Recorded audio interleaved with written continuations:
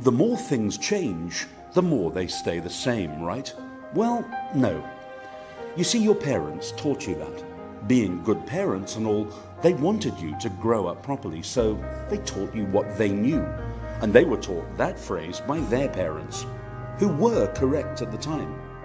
You see, in your grandparents' era, the more things changed in a world that moved very slowly, change was hard to see happening. A bit like a frog in a pot. They say that if you were to drop a frog into a pot of cold water and just heat it gently till it boils, the frog won't even notice, and eventually as the water boils, so would the frog. Put a frog straight into boiling water, however, and it would jump right out. Well, change, like the water, is boiling right now. It's happening constantly, and we need to be aware of it and respond to it appropriately.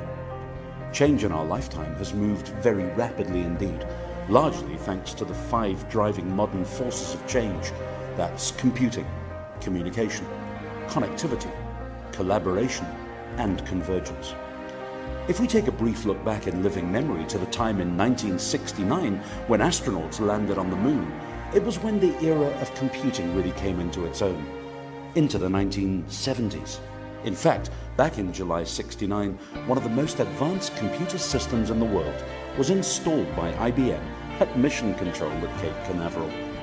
IBM boasted at the time that the entire system at NASA headquarters had an astonishing 6 megabytes of memory. And the Apollo 11 lander, the Eagle, well, that had just 64 kilobits of computing power on board. Today in your kitchen, a toaster that can tell if your bread is frozen or even needs just to be lightly toasted has got more computing power in it than the Eagle ever did. That's a toaster. If we jump to the 1980s and look back at the cutting-edge communication technology of those days, the first mobile phones were only launched around 1985. They weighed a kilogram. They had a talk time of just 30 minutes, and they needed 10 hours to charge. There were only 5 million of them in the world by the end of the 1980s. And today, well, there's just over 7 billion mobiles in the world. And new ones entering the marketplace? How's this? 5 million a day. That's what gets sold every day, right now. Do you remember the launch of the internet back in the 1990s, when we moved into that era of connectivity? On a state-of-the-art dial-up connection then, which meant, by the way, you couldn't use your phone at the same time, it was amazing. You got the web at speeds of up to 14 kilobits per second.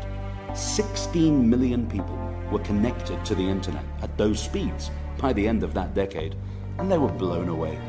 It almost seems laughable now, doesn't it, with our 4 megs per second broadband downloads. But I bet you're one of the 3 billion connected people who not only take that for granted, but often moan about how slow it seems to be.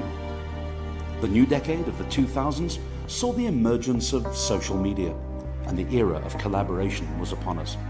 Social media was a phenomenon of that time, and although MySpace was first out of the blocks, it was Facebook that came to dominate the platforms.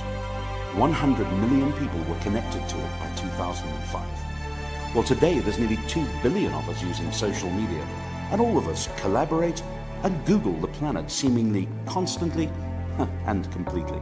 Everything today is now right where you are, across all platforms. Someone senior at Google recently said this: innovation that used to take a generation now just happens in weeks or months. So what's happening in your world, in your business, in your life?